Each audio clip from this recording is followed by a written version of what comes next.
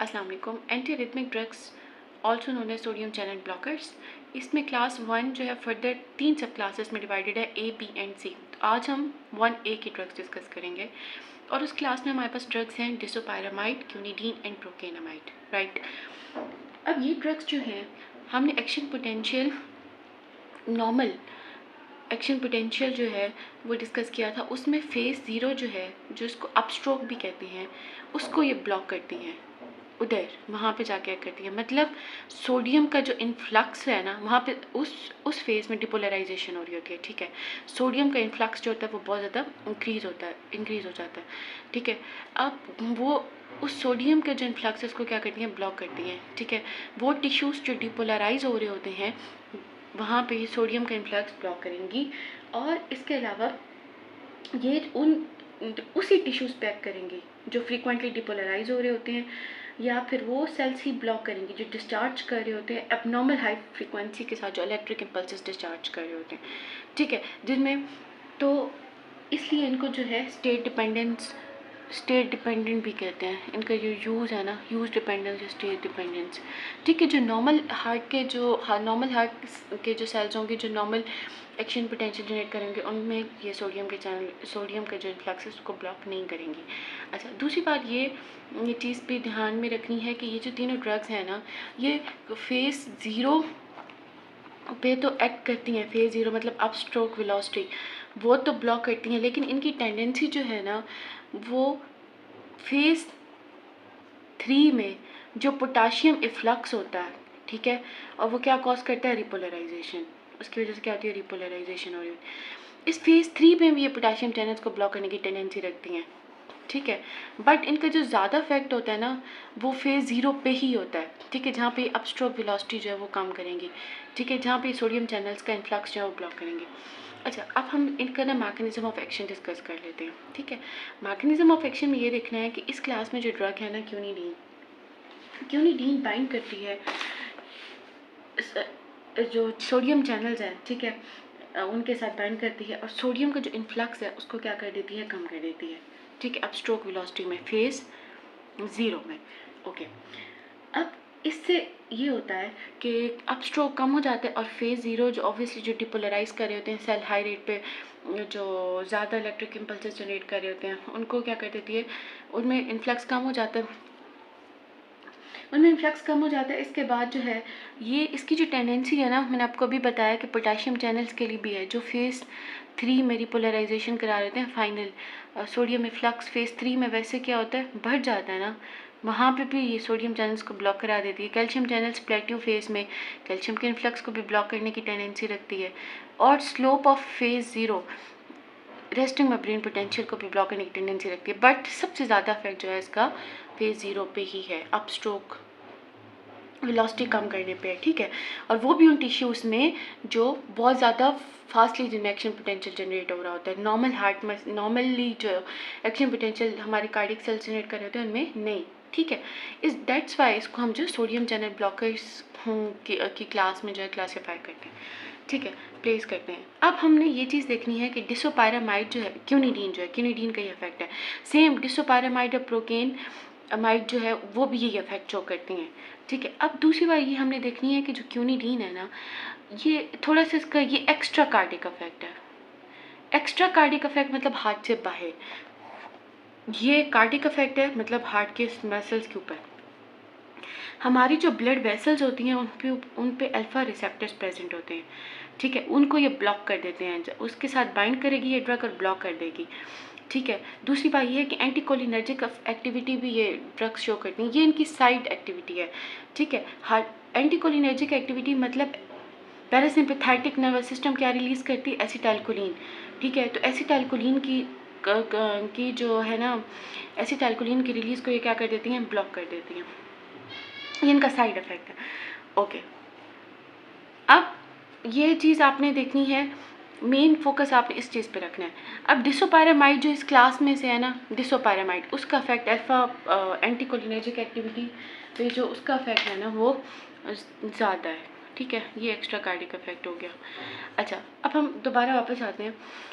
अब ये चीज़ें देखनी है कि ये जो है ना सोडियम का करंट जो है ना फेज 0 में सोडियम का करंट जो है सोडियम को का जो इन्फ्लक्स है वो क्या करती हैं, कम करती हैं। वो चैनल्स जो सोडियम का करंट जनरेट कर रहे होते हैं उनको ब्लॉक करते हैं। जो ब्लॉक कर देती हैं तो कार्डिक वेलोसिटी जो है, कंडक्ट करने की जो वेलोसिटी है वो कम हो जाती है। ऐसे नोड पर कंजे फाइबर्स, एवी नोड, हर जगह इनका इफेक्ट जो है सेम है, लेकिन मोस्टली जो है ना ऐसे नोड पे कंडक्शन वेलोसिटी कम हो जाएगी तो एट्रियोवेंट्रिकुलर कंडक्शन क्या हो जाएगी, कम हो जाएगी। ठीक है, और फोर्स ऑफ कॉन्ट्रैक्शन भी क्या हो जाएगी, कम हो जाएगी। स्पेशली ये जो ड्रग है हमारे पास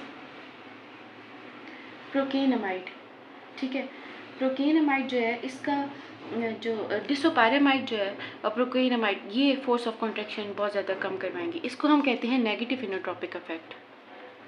नेगेटिव इनोट्रॉपिक इफेक्ट मतलब ये फोर्स ऑफ कॉन्ट्रैक्शन क्या होता है, ये कम कराएंगे। अच्छा, अब हमने ये देखना है कि ईसीजी में क्या चेंज आएगी। ईसीजी में ये चेंज आएगी कि QRS इंटरवल जो है ना वो प्रोलॉन्ग हो जाएगा and it will cause torsades de pointes arrhythmia. ये साइड इफेक्ट है। ठीक है, अब मैंने आपको ये बताया था ना कि ये फेज़ 3 को ब्लॉक करने, फेज़ 3 में जो पोटाशियम चैनल्स इन्वॉल्व होते हैं जो रिपोलराइजेशन करा रहे होते हैं उसको भी ब्लॉक करने की टेंडेंसी रखते हैं। जब ये सोडियम चैनल्स को फेज़ 3 में करेंगी ब्लॉक, ठीक है, पोटाशियम चैनल्स को, पोटाशियम का जो इफ्लक्स है वो क्या हो जाएगा, कम हो जाएगा। पोटाशियम चैनल ब्लॉक हो गए, पोटाशियम का इफ्लक्स कम हो गया तो एक्शन पोटेंशियल की जो ड्यूरेशन है ना वो बढ़ जाएगी, एक्शन पोटेंशियल की ड्यूरेशन इंक्रीज हो जाएगी। ठीक है, अब हम जो है इनका जो है थेरेप्यूटिक इफेक्ट्स जो है वो देख लेते हैं। ठीक है, अब थेरेप्यूटिक यूजेस में हमारे पास ये है कि जो क्यूनिडीन है, क्यूनिडीन जो है वो वेंट्रिकुलर टैकियारिथमियास को ट्रीट करने में हम क्यूनिडीन यूज़ करेंगे। प्रोकेनामाइड सिर्फ ओनली IV इन्फ्यूजन के अंदर जो है ना सिर्फ प्रोकेनामाइड की ड्रग ही प्रेजेंट है। ठीक है, जो एट्रियोवेंट्रिकुलर एरिथमिया को ट्रीट करने में यूज़ करते हैं। डिसोपारामाइड वेंट्रिकुलर एरिथमिया को ट्रीट करने और रिदम को कंट्रोल करने, एट्रियल ऑफ फ्लैटर्स के अंदर। एट्रियल फिब्रिलेशन जो है मीन्स जब हार्ट रेट जो है वो 350 बीट्स पर मिनट के हिसाब से होता है। फ्लैटर्स में 250 बीट्स पर मिनट हार्ट रेट, इतना ज़्यादा इंक्रीज हो जाता है। ठीक है, अब हमें ये चीज़ देखनी है कि क्यूनिडीन और उनके फार्माकोकाइनेटिक्स देख लेते हैं। जो क्यूनिडीन है वो ओरली अवेलेबल होती है और ये जिसकी जो मेटाबॉलिज्म है ना वो 3A4 ये जो है 3A4 जो एंजाइम है उसको मेटाबोलाइज करता है एक्टिव मेटाबोलाइट में। ठीक है, जो प्रोकेनामाइड है, प्रोकेनामाइड जो है उसकी एसिटाइलेशन होती है लिवर में N-एसिटाइल प्रोकेनामाइड के अंदर। ठीक है, और इसकी जो प्रॉपर्टीज़ और एडवर्स इफेक्ट्स वगैरह ना वो क्लास 3 से बहुत ज़्यादा मैच करते हैं, मतलब पोटाशियम चैनल ब्लॉकर से ज़्यादा बहुत ज़्यादा मैच करते हैं। उसकी एलिमिनेशन जो होती है वो किडनी में होती है, इसलिए जो पेशेंट जिसको साथ में किडनी डिसफंक्शन हो तो उसके अंदर इसकी डोज एडजस्ट करने की बहुत ज़्यादा ज़रूरत होती है। डिसोपारामाइड भी ओरली अवेलेबल है, IV अवेलेबल अभी प्रोकेनामाइड है। ये भी 3A4 में एंजाइम्स को मेटाबोलाइज करते हैं, एक्टिव और इनएक्टिव मेटाबोलाइट्स दोनों में। और क्यूनिडीन में 3A4 एंजाइम्स इसको सिर्फ एक्टिव मेटाबोलाइट के अंदर मेटाबोलाइज करेंगे, मतलब उसके मेटाबोलाइट्स बनते हैं। Adverse effect. अच्छा, एक और चीज़, अब हमने ये चीज़ देखी है कि जो सोडियम चैनल ब्लॉकर की क्लास 1A ड्रग्स है ना इनका प्रो अरिथमिक इफेक्ट है, ये अरिथमिया जो है इंड्यूस कराती हैं। तो एथेरोस्क्लेरोटिक हार्ट डिजीज़ के पेशेंट और सिस्टोलिक हार्ट फेलियर के पेशेंट में हम इसको नहीं देंगे। कैसे? क्योंकि ये साथ में पोटेशियम चैनल ब्लॉकर एमियोडारोन का इफेक्ट भी तो शो कर रही होती हैं। ठीक है, उसका इफेक्ट शो कर रही होती हैं। तो पोटाशियम का इफ्लक्स जो है, जो रिपोलराइजेशन के लिए ज़रूरी है फेज़ 3 में जो रिपोलराइजेशन हो रही होती है उसमें पोटाशियम जो है वो सेल के बाहर मूव कर रहा होता है। वो पोटाशियम को उनका इफ्लक्स भी क्या कर देती हैं, ये ब्लॉक कर देती हैं, जिसकी वजह से ये इनका इफेक्ट जो है ये प्रो अरिथमिक इफेक्ट है। ठीक है, ओके। अच्छा, अब जिसकी वजह से एक्शन पोटेंशियल की जो ड्यूरेशन है वो क्या हो जाती है, बढ़ जाती है। एक्शन पोटेंशियल की ड्यूरेशन बढ़ जाती है, रिफ्रैक्टरी पीरियड बढ़ जाता है। रिफ्रैक्टरी पीरियड बढ़ जाता है मतलब हार्ट की जो टेंडेंसी है जो नेक्स्ट एक्शन पोटेंशियल जनरेट करने की वो का मतलब ज़्यादा जो एक्शन पोटेंशियल जो है वो फास्ट रेट पे जनरेट हो रहा होता है ना, तो action potential next action potential को रिस्पॉन्ड करने की जो उसकी जो एबिलिटी है वो क्या हो जाती है, वो इंक्रीज़ हो जाती है। एक्शन पोटेंशियल का ड्यूरेशन बढ़ जाता है।